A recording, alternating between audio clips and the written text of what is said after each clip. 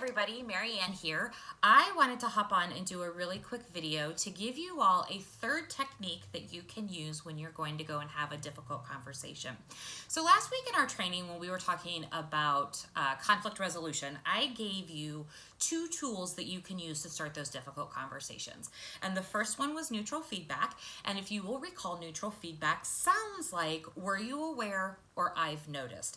The second technique that I taught you was that power phrase of when this happens, I feel because. So as I give you this last technique, which is called CPR, I want you to keep those two techniques in mind because it will be really important when it comes to this acronym. So CPR is one of my most favorite ways to have difficult conversations because it's actually a series of 3 conversations. And you get to give like the 2 warning shots before you have to go and pull out the big guns and have that really difficult conversation. So let's use the example of when I am in team meetings, Alex interrupts me, right? So we're gonna pick on Alex again. And using the CPR method, here is what those conversations would look like. So the first conversation that I would have with Alex about her interrupting is my C conversation, and the C stands for content. Content. The only thing that I want to focus on is the content of her behavior. So my C conversation would look something like this.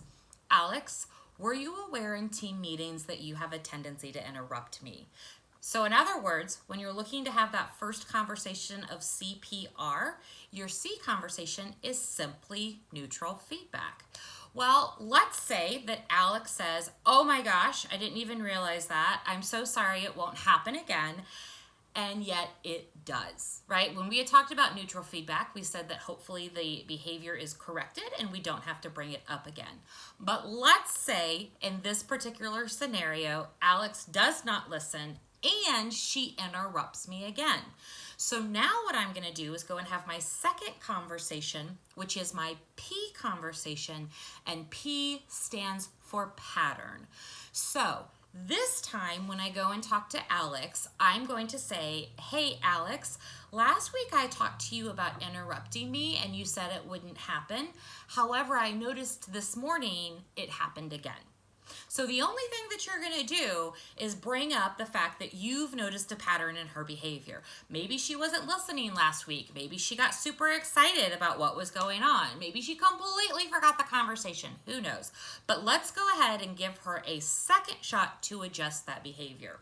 Hopefully, this fixes things, but as we know, sometimes it doesn't. And so if this behavior of interrupting continues, you're going to have to go have your third conversation, and your third conversation is your R conversation, and R stands for relationship. So now when you go and talk to Alex, you want to talk about how her interrupting affects your relationship. So let's recap the scenario. Twice now you've had a conversation with Alex about interrupting her. Twice now she told you that she wouldn't do it, and yet the behavior continues. How is this continuous behavior affecting your relationship? So in this particular scenario, let's say that I feel like I can't trust Alex, right? She has given me her word twice that she would stop a behavior, and yet she continues that behavior.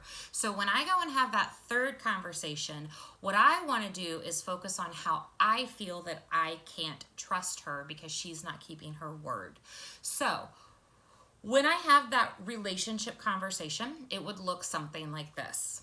Hey Alex, twice now I've talked to you about how you interrupt me, and twice now you've given me your word that that wouldn't happen again.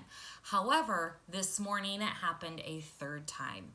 When you give me your word and don't keep it, I feel like I can't trust you, as this is the third time I've had to have this conversation.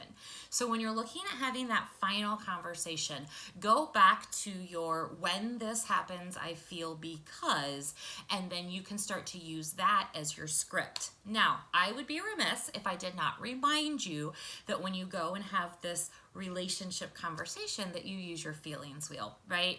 So make sure that you go out and pick that word that specifically describes how their behavior is affecting you.